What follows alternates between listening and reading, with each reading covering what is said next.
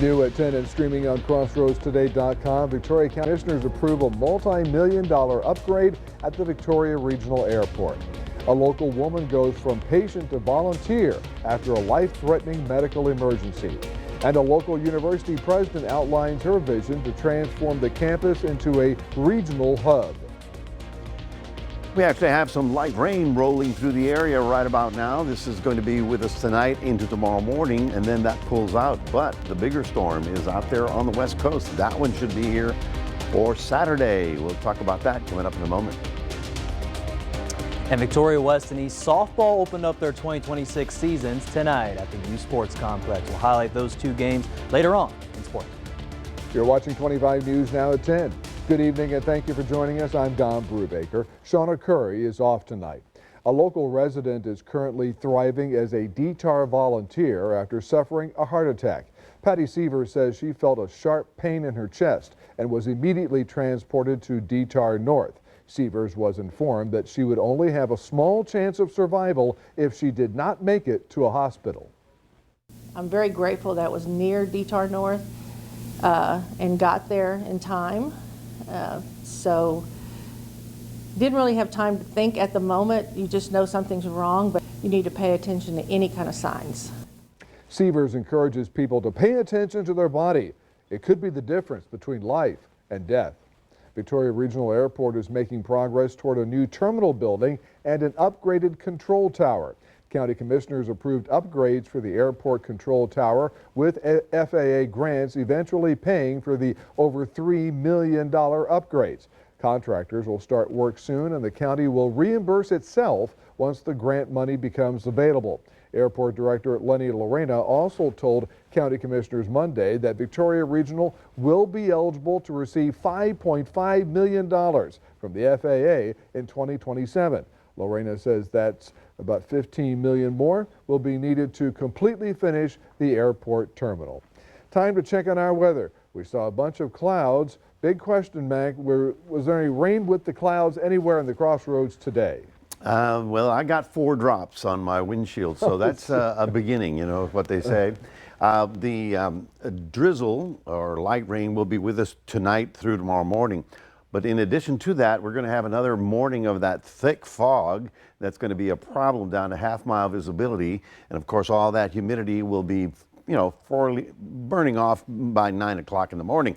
However, this is not the big rain chance. This is the beginning of the rain chance. The bigger rain chance coming in all over the weekend with possibly heavy thunder showers on Saturday. We'll talk more about that coming up a few minutes from now. Stay tuned. Don? Mac, thanks. And if you see news happening, call our newsroom at 361-576-0026 or send us an email at staff@crossroadstoday.com. Tonight, an individual was taken into questioning in connection into Nancy Guthrie's disappearance. ABC's Melissa Adon has the latest information as new video becomes available for the public. The Pima County Sheriff's Department, with assistance from the FBI, has detained an individual south of Tucson for questioning in connection with the abduction of Nancy Guthrie, according to an ABC News law enforcement source. Law enforcement seen searching Annie Guthrie's property, the daughter of Nancy Guthrie, as the search for the 84-year-old grandmother is now in its second week. The FBI today releasing these new critical videos showing an armed person outside Nancy's Tucson, Arizona home during the overnight hours on the day she disappeared. FBI Director Kash Patel posting these images on social media, which were previously inaccessible. The photos show an armed individual appearing to have tampered with the doorbell camera, investigators said, adding that the camera was disconnected around 1:47 a.m. on February 1st. You can see a person wearing a backpack, a mask, and gloves. The FBI saying this person is armed. In this photo, you can see what appears to be a gun in this person's front waistband. You can get a lot of information now, not only off of the gloves and the front of the backpack, but also his height, his weight, that he may have had the mustache, the color of his eyes, potentially. Even though it is black and white, they may be able to go with the hue of his eyes. In one video, it appears this person tries to cover the camera with a plant. Pieces of a plant seen on the doorstep next to blood investigators say belongs to Nancy. Sources telling ABC News the Guthrie family was shown these images before they were made public, and they did not recognize the individual. Savannah Guthrie posting the photos to her Instagram saying, "We believe she is still alive. Bring her home." We believe our mom is still out there. Melissa Adon, ABC News, Los Angeles. The FBI is offering a $50,000 reward for any information leading to Nancy Guthrie's whereabouts. 2020 election deniers drove the FBI's seizures of ballots and other materials in Fulton County, Georgia last month. That's what newly unsealed court documents show. The affidavit filed by the FBI with a search warrant application was made public today as part of the lawsuit by Fulton County officials seeking to have the ballot materials returned. The affidavit said the FBI's investigation, quote, originated from a referral sent by Kurt Olson, unquote. Olson is the director of election security and integrity appointed by President Trump. If you think the U.S. is getting more corrupt, you're not alone. The country slipped to its lowest position ever on Transparency International's Corruption Perceptions Index. That's a scale that measures the perception of corruption in a country by experts and business people. The U.S. fell one slot to 29th place. That's tied with the Bahamas. The U.S. was on a downward trend for the past 10 years.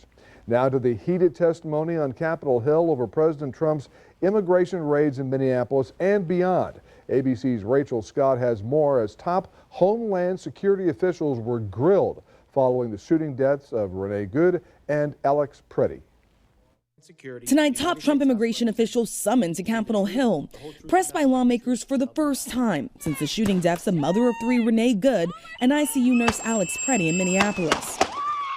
So you're going to look the families of Renee Nicole Good and Alex Preddy in the eye and tell them Secretary Noem should keep her job after their loved ones were killed? Sir, the loss of any life is unacceptable, but I'm not going to comment on an ongoing investigation. During the 4-hour hearing, acting ICE Director Todd Lyons and other officials defending the administration's immigration crackdown. We are only getting started.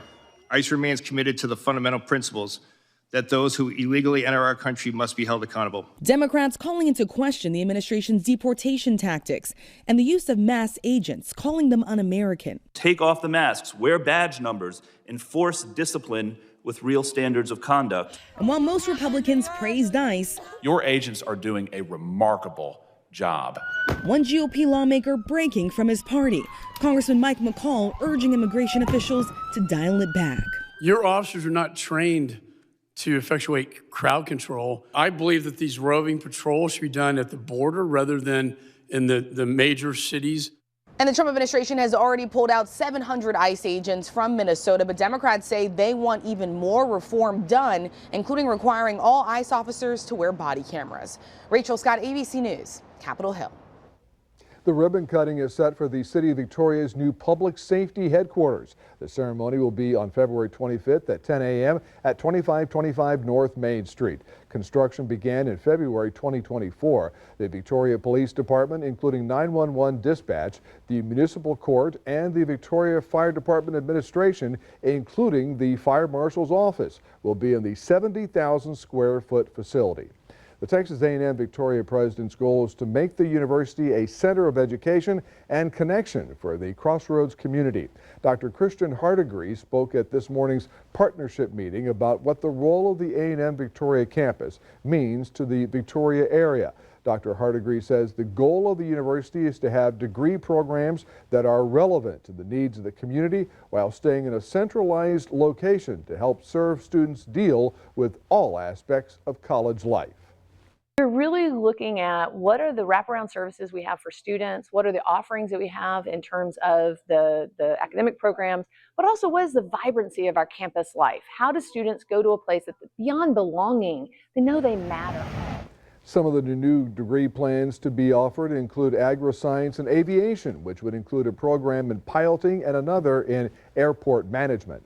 Remember to subscribe to our YouTube channel, Crossroads Today. Hit the like button and click the notification bell. Then you can see Crossroads Today on YouTube. And stay with us. Coming up on 25 News now at 10. A former police chief's account contradicts the president's statements about a high-profile criminal case. Also ahead, the FDA reassesses a chemical preservative that's been in your food for decades. New fallout from the pages released by the Department of Justice on the investigation into convicted sex offender Jeffrey Epstein. ABC's Armando Garcia reports there's questions about what the president may have known about Epstein's conduct. A former Palm Beach, Florida police chief who investigated Jeffrey Epstein recalled Donald Trump calling police in 2006 to say, "Thank goodness you're stopping him. Everyone knows he's been doing this." The account, part of a 2019 FBI report on an interview with that police chief conducted months after Epstein's death, first reported by the Miami Herald. The FBI report also states Trump told Ryder that he was around Epstein once when teenagers were present, and Trump got the hell out of there. Trump was one of the very first people to call when people found out that they were investigating Epstein. The claim a sharp contrast to what the president told ABC's Rachel Scott. You said that Jeffrey Epstein stole people from Mar-a-Lago. At the time, did you know why he was taking those young women, including Virginia, who was just 16 at the time? I would figure it was ABC fake news that would ask that question, one of the worst. But no, I don't know really why. But I said if he's taking anybody from Mar-a-Lago, he's hiring or whatever he's doing. I didn't like it, and we threw him out. The president has repeatedly denied any knowledge of Epstein's crimes. The Justice Department says it has no record or other evidence to confirm that call happened, telling ABC News, "We're not aware of any corroborating evidence that the president contacted law enforcement 20 years ago." And on Capitol Hill on Monday, I invoke my Fifth Amendment right to silence. Convicted Epstein co-conspirator Ghislaine Maxwell pleading the Fifth during a virtual deposition in front of Congress. My habeas petition is pending in the Southern District of New York. I therefore invoke my right to silence. Maxwell's attorney telling lawmakers she's prepared to speak fully and honestly if granted clemency by President Trump. And some lawmakers who have reviewed the Department of Justice files on Epstein are now demanding answers about the names of men they say should be revealed without redactions. Armando Garcia, ABC News, New York. The National Park Service removed a large pride flag from the Stonewall National Monument in New York City Monday. The change reverses a decade-long tradition at the monument in Christopher Park. It recognizes the Stonewall Inn, a Manhattan gay bar that was the site of a 1969 uprising. The National Park Service cited a memo saying that, quote, only the U.S. flag and other congressionally or departmentally authorized flags are flown on NPS-managed flagpoles, unquote. President Obama designated Christopher Park a national monument in 2016. That's when the flag first started flying. It was not a very Merry Christmas for retailers this year. Data from the Commerce Department shows retail sales in December did not increase at all from November. Economists had expected them to jump 0.4%. It's a stark change for consumer spending. Last year, people kept buying despite fears around the stagnating job market and inflation. December's numbers suggest those fears may finally be impacting how much shoppers are willing to spend. The data was delayed a month due to last year's government shutdown. To get more news, weather, and sports, come to our website, crossroadstoday.com. The U.S. Food and Drug Administration is reassessing a chemical preservative that's been used in food for more than 60 years. The FDA's review is to decide whether BHA is still safe to use in food. If BHA does not meet gold standard for use, federal health officials say it will be removed from the food supply. The move comes after the FDA launched a program last summer to review chemicals used in certain foods. The chemical is used to prevent fats and oils from spoiling in various foods and meat products. An Arizona man is alive despite developing a kind of cancer thought to be a death sentence. The new treatment that saved him is called tumor-infiltrating lymphocyte therapy. He tells Lillian Donahue how it's helping him recover. Home sweet home. This is it. Glenn and Bonnie Poliak say they've been newlyweds for 44 years. They're from eastern Arizona, love to travel and camp together. But this isn't the exact type of dream trip they had in mind. Roller coaster ride. They've been living in their RV outside Banner MD Anderson Cancer Center since October. Just our recent anniversary was spent in the ER. as Glenn receives the last possible treatment he could get for metastatic stage 4 melanoma. A mole that's on my side right here, I had had my entire life. Glenn was already battling another cancer when 5 years ago, doctors discovered that mole became cancerous, already spreading. Don't ever let it go to your brain. Well, congratulations, it's in your brain. With a dangerous melanoma mutation, his stage 4 cancer became nearly untreatable. Really, there's no other treatment that can work for him. Until the FDA approved a brand new treatment for tumor cell therapy in 2024. They surgically removed parts of the tumor, sent it to a lab for what's best described as a basic training boot camp for immune cells to kill cancer. We grow them and we activate them. The process takes around 3 to 4 weeks. And then we put them in a small bag, which is billions of cells, and we give them back to the patients intravenously. And now they are smarter than the tumor. So they know how to go track back to the tumor and kill the tumor cells, which something they could not do before. While currently only approved for metastatic melanoma, the end goal would be to expand its use. So we rely on the durability of this kind of therapy to cure cancers. So that's really the hope. Glenn was only the second person in the Banner Health system to get the tumor cell therapy. I honestly didn't think I was going to live long enough to be able to have the procedure done. The treatment, it's life-saving, quickly turning his quality of life around. I'm pretty much back. I really am. I don't have the energy still, but it's coming. While the past 4 months haven't been the camping trip these two have dreamed of, there's a peace that comes with being here because you know you're being taken care of. I've got the family support, which is very important.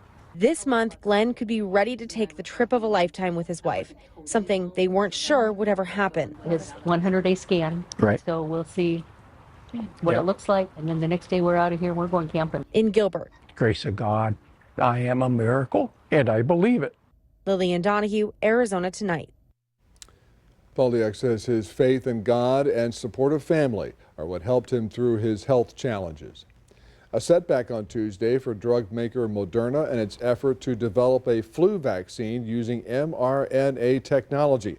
The Food and Drug Administration refused to accept Moderna's application to review its proposed clinical trial. The agency said the application did not contain an adequate and well-controlled trial. But Moderna called the FDA's decision stunning because the agency had not previously said the trial was inadequate. Company leaders requested a meeting with FDA officials to understand how to proceed. A huge crack, there you see it, has formed in the ice on Lake Erie, prompting warnings to stay off. Mind-blowing satellite images captured a massive crack forming across the newly frozen Lake Erie. The National Oceanic Atmospheric Administration, NOAA, says the gargantuan 80-mile crack was spotted stretching from Port Burwell, Canada, to near Cleveland. The agency says the lake is nearly 100% ice covered, which is a rarity in and of itself. Problem when those large sheets start to move, they're battering rams, and they can go through all kinds of things. Well, folks, for us, we actually have a few sprinkles out there this evening. We're at 65 degrees right about now, no major wind problems. We had a high today of 78 after a morning low of 55. No real rainfall just yet, but this wasn't expected to be the big one. Big one comes in on Saturday. We're going to talk about that after this.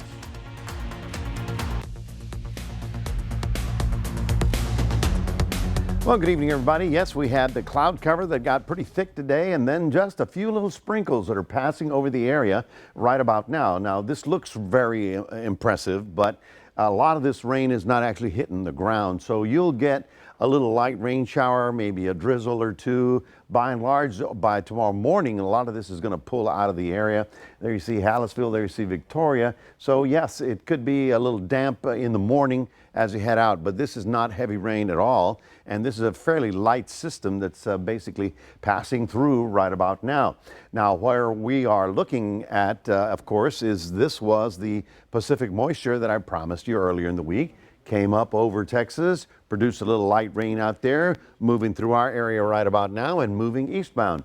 That frontal system you see right there looks interesting, but it's really not going to go much farther south. Now out here, that's just what I'm looking at. Yes, sir, that's the big one. That is a strong winter storm, pardon me. It is going to be rolling over California and with rain. They are so happy because they have been in a drought for a month.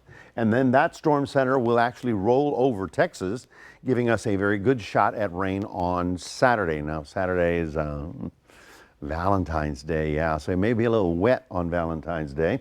Now, in addition to this one, there's another one forming over here and another one forming over here. So the best news I have for you is that in the next 10 to 14 days, we'll have 3, maybe 4 episodes of rain moving through here, which is a whole lot better than it was a month ago. So I'm saying to my area farmers that here we are almost mid-February to the end of February. Well, we may have something to be excited about. So stay tuned for all of that. Now, overnight, we're going to have the fog again, in addition to the light rain activity. So early in the morning, just do watch out. We're going to have visibilities less than half a mile, kind of like we had this morning.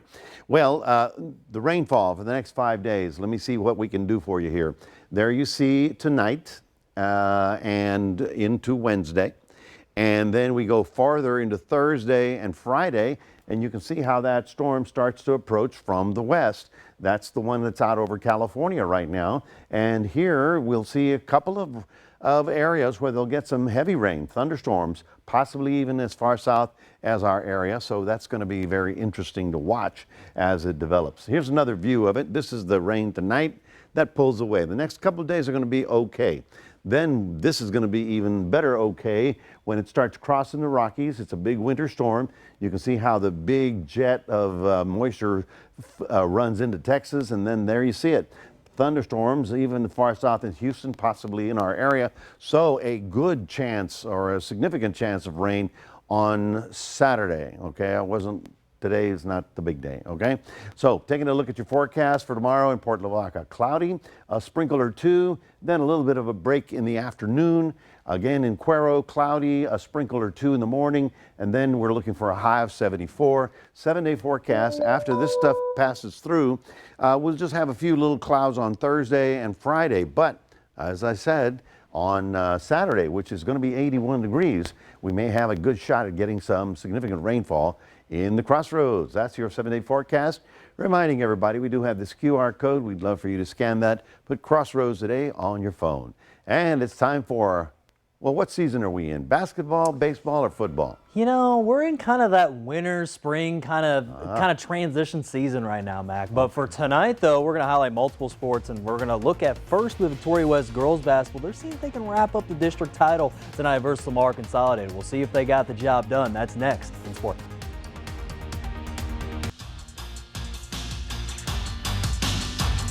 We begin our sportscast tonight. The Victoria West Lady Warriors are looking to wrap up the district title at home versus Lamar Consolidated. And the Warriors would play the complete game all the way on the court. They took control early and beat Lamar 60-24. The Warriors would get some big production tonight from Isaiah Morgan on the offensive side, scoring at least 20 points in the game. So with that win now, the Warriors have locked up the #1 seed. Richmond Randall is at the #2 seed. Now Victoria East, shout out to them as well. They played at home tonight versus Kepner. They won 46-41. So they have secured the #3 seed in the district. So Victoria East is in the playoffs and Victoria West girls basketball are both teams into the postseason. Now back on our 6 p.m. show, we heard from 2 Victoria Gators and Cameron Wilbur and James Coleman about how they feel as they gear up for the state tournament in Bryan, Texas this Thursday. Well, we also had a chance to speak with one of their seniors in Dayton Rios about how he feels heading into the state tournament there later this week.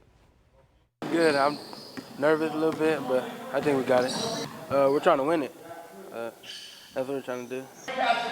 Short and sweet, right? But hey, at the end of the day, he still wants to find a way to get the job done out there in Bryan, Texas, starting this Thursday. Now we head over to Victoria East and West softball teams as they open up their 2026 season openers, both playing at the U Sports Complex tonight. Now, Lady Titans open up the season versus last year's 4A Division I state champions in the Cal Allen Wildcats. And the Wildcats will start off hot. They're having a triple from #20. How about this hit right here, Madison Juarez? And she would get all the way over there to third base to start off with. And again, after a pass ball score, she would get in there for the RBI. And again, for Cal Allen, they would take a 2-0 lead. And then afterwards, a little bit later, though, for Cal Allen, they got a big-time hit. How about a 2-run bomb coming up there from Braylon Bailey? And that would extend the lead to 4-0 Cal Allen in this game. And now officially, now the Titans, they would get a 2-run triple there from Raylan Steen in the third, making a 4-2. But at the end of the day, Jordan Thibodeau was lights out there. The pitching had 14 strikeouts tonight. And again, for East, they're going to look to rebound there in tournament action starting this Thursday. As for Victoria West, they faced Ingleside tonight at the U Sports Complex. And this game turned out to be a defensive battle between both teams. The Mustangs would get the win over the Warriors 2-1. Now, just like Cal Allen's Thibodeau, Mustangs starting pitcher Kylie Ward played 7 full innings and again had 13 strikeouts in the game. And West only would get 1 hit in the game as well. So again, looking to see if they can get that offense going. They're going to be out in more tournament action in League City starting this Thursday. Now over to Victoria West Wrestling, where they start this Friday having 2 wrestlers in junior Isabella Leal and senior Peyton Mikan will be competing at the 5A state wrestling meet held out there in Cyprus. And for Leal, she'll be wrestling in the 190-pound division and be facing senior Camille Harris from Frisco Memorial, who is 41-6 overall and finished 2nd place last year in the 185-pound weight class. Now, having this tough challenge to start with there for Leal, she wants to still try her best and wants to keep learning everything that she's learned from her coach. It is going to be a bit of a challenge, but whether I win or lose it, it'll help me get better as I improve next year, and we'll just see how it goes. Because I need things broken down a little bit better, so he'll take his time, he'll show me how to do it, he'll tell me what I need to do to make the move better, he'll help me with my improvements, and I feel like he's helped me come a long ways. Now for Leal, she'll be taking center stage at the Berry Center in Cyprus. They'll start at 11 a.m. That'll be first round action, and it's double elimination tournament there, Don. So hopefully if she can find a way to keep it up there, and for Peyton as well, they can have a deep shot to maybe make some noise here for the city of Victoria. But that's going to do it here in sports, though. Don, back to you. Let's see here. I got a final score tonight. College basketball, number 3 ranked University of Houston Cougars 66, Utah 52. Cougars now tied with Arizona for the lead in the Big 12. And stay with us. Coming up on 25 News now at 10. We'll take a last look at your weather. Also, we take a look at a dramatic rescue in Florida. Florida, a manatee trapped in a storm drain under a street. Florida Fish and Wildlife officers, the Brevard County Fire Rescue, even nearby residents worked together to free the male manatee. They drilled into the road, lifting a concrete slab to widen the hole where they would later lift the manatee out. Several hours later, success. Officials say it was a complete coincidence. They found the manatee in the storm drain. And for all those people helping out, they were gifted with manatee shirts. Yeah. That's really hard work there. How in the world in a storm drain? They didn't know the manatee was there. Just kind of the storm drains go out to sea, and they got into one of the things and thought, hey, a nice warm place here. Let's check it out. And then they couldn't turn around and get out. Ain't going anywhere after that. Yeah. Well, folks, tomorrow we are looking for a few sprinkles early in the day, but then by afternoon, a lot of that will pull away. And we've got a better looking Thursday, Friday, but even better looking will be Saturday when we expect a significant front to bring us significant rain for the first time in a long time. All right, thank you, Mac. Thanks for joining us. Jimmy Kimmel Live starts now.